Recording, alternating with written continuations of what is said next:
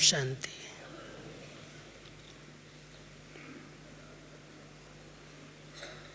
अभी सभी ने बहुत सुंदर गीत सुना। समय का पंछी उड़ता जाए, कहाँ तक हम सभी इस संगम युग के अनमोल समय को सफल कर रहे हैं। सफल करने की घड़ियाँ बीतती जा रही हैं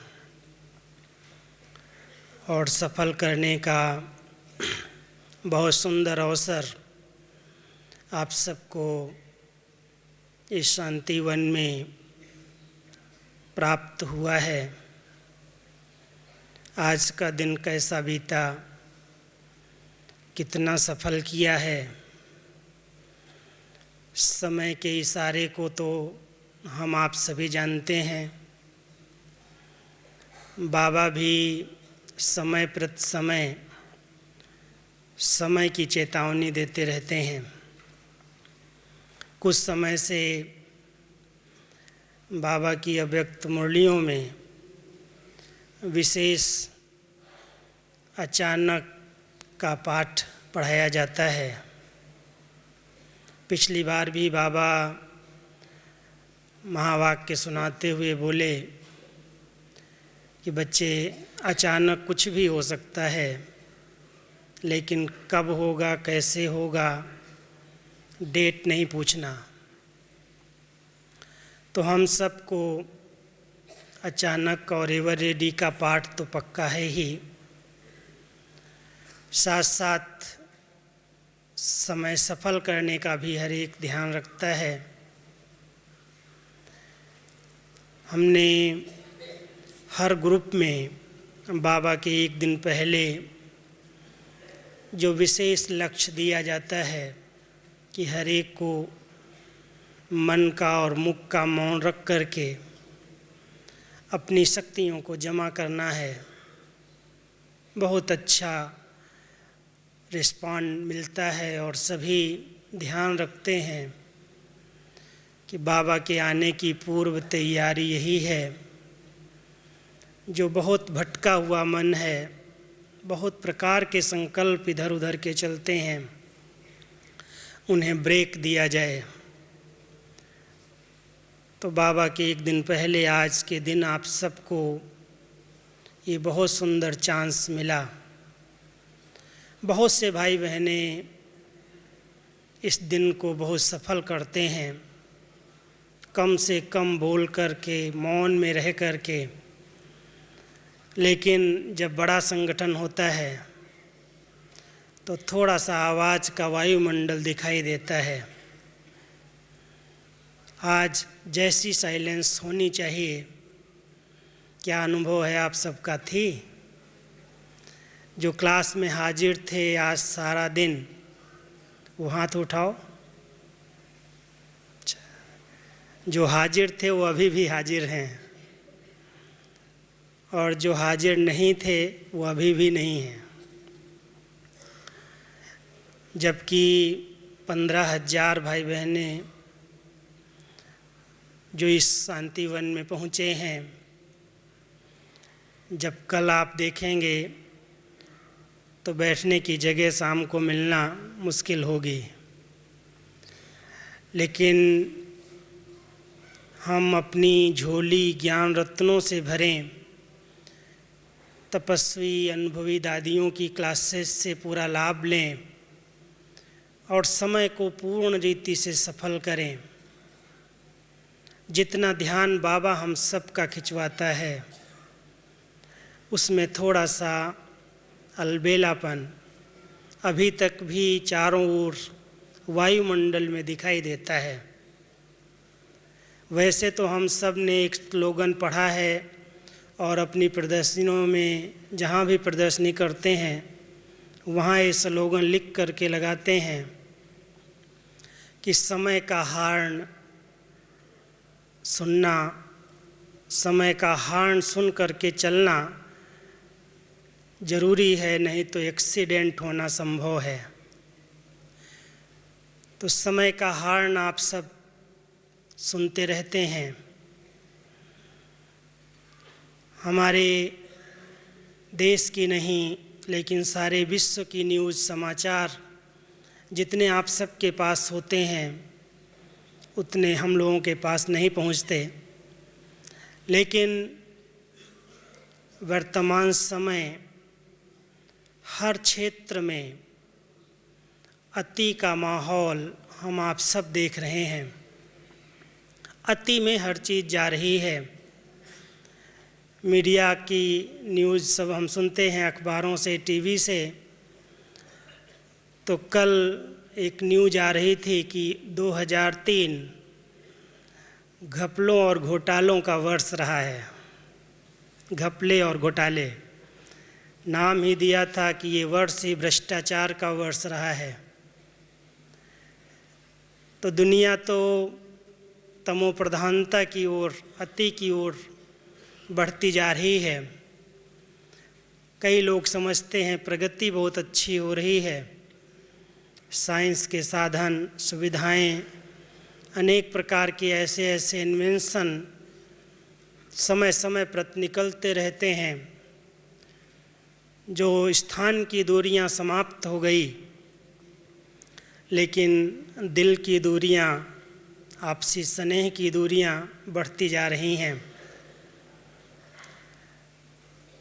तो हम सभी बाबा के महावाक्यों के अनुसार समय को जानते हैं और बाबा ने पिछली मुरली में भी एक बहुत सुंदर शब्द दिया था कि बच्चे हर पल याद रहे परिवर्तन। स्वपरिवर्तन से ही विश्व परिवर्तन होगा और विश्व परिवर्तन के बिना, इस कलयुगी सृष्टि की समाप्ति के बिना वो नई सतयुगी दुनिया नहीं आएगी। इसलिए इसके विनाश में ही कल्याण समाया हुआ है। कई बार बाबा के ऐसे मधुर बोल सुन करके कि विनाश में कल्याण है, विनाश में मुक्ति और जीवन मुक्ति समाई हुई है, हम आप सभी बाबा के साकार महावाक्य जब सुनते हैं। आज बाबा बहुत हंसी की बात ये कह रहे थे, सुनते हुए हमने कहा बाबा कितना चतुर सुजान है। कहता है बच्चे मैं सब बातें एक साथ थोड़ी सुना दूंगा। अगर सब बातें भविष्य की मैं सब बता दूं तो क्या मेरा वापस जाने का समय आ गया, पार्ट पूरा हो गया। इसलिए धीरे धीरे बाबा की मुरलियों में हर राज स्पष्ट होते रहते हैं। तो अति की बात जब हम सभी नज़र दौड़ा कर देखते हैं कि एक और प्रकृति के पांचों तत्व अपनी अति का स्वरूप दिखाते रहते हैं, लेकिन अभी तक कभी कोई तत्व का फोर्स होता है और कभी कोई तत्व का, सब एक साथ नहीं। परिवर्तन में, अंत समय के में सभी तत्वों का एक साथ फोर्स होगा। कभी यहाँ भूकंप के समाचार सुनते हैं, कभी अति बरसात के समाचार, कभी अति ठंडी के, गर्मी के समाचार मिलते हैं, तूफान के मिलते हैं, आगजनी होती है। प्रकृति के पांचों तत्व समय पर समय तमो प्रधानता का अपना जलवा, अपना प्रभाव दिखाते रहते हैं। माया के विकारों की ऐसी अति है जो आप सभी देख रहे हैं। कामेषु क्रोधेषु हर इंसान इन दोनों के वशीभूत तो था ही, लेकिन चरित्र में इतनी गिरावट आई जो आज हर दिन नए नए घोटाले दिखाई और सुनाई देते हैं। भ्रष्टाचार बढ़ता जाता है, लोभ लालच बढ़ता जाता है, इसमें भी अति हो रही है। संस्कारों के, संबंधों के टकराव में अति हो रही है। साथ साथ अगर आप और नज़र दौड़ाएं तो वर्तमान समय इविल आत्माओं के वार के अटैक बहुत होते हैं। भटकती हुई आत्माएं जो अचानक एक्सीडेंट में, अचानक मौत में जाती हैं, उनके भटकने के कारण कई आत्माएं परेशान होती हैं। उसमें भी अति हो रही है। और वर्तमान समय एक मैली विद्या जिसको कहें, किसी को किसी ने कुछ खिला दिया, किसी ने किसी पर कुछ कर दिया, उसकी भी एक अति चारों ओर समाचारों में सुनाई देती है। अब ऐसे अति के वायुमंडल में जब अति है तो अति माना, अति किस चीज़ की निशानी है? अति माना अंत, अंत की निशानी ये अति है। जब अति हर चीज़ में होगी तो इसका अंत जरूर निश्चित ही है। और अभी फुल फोर्स में अति होती जा रही है। इसलिए कोई भी प्रकार से, चाहे प्रकृति के पांचों तत्व हैं, माया का वार है, संस्कारों के टकराव हैं, संबंधों के हैं, इविल स्पिरिट्स के हैं या मैली विद्या के हैं, उन सभी में सेफ्टी की चेतावनी बाबा हम सबको देते हैं। बच्चे, याद का कवच पहन करके रहो। समय का इशारा कहता है कि अपने आप को सेफ रखने के लिए हर क्षेत्र में कोई भी इंसान की सेफ्टी नहीं कर सकता है।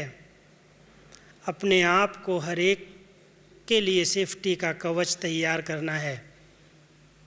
और बाबा ने बहुत अच्छा ये कवच हम सबको पहनाया है।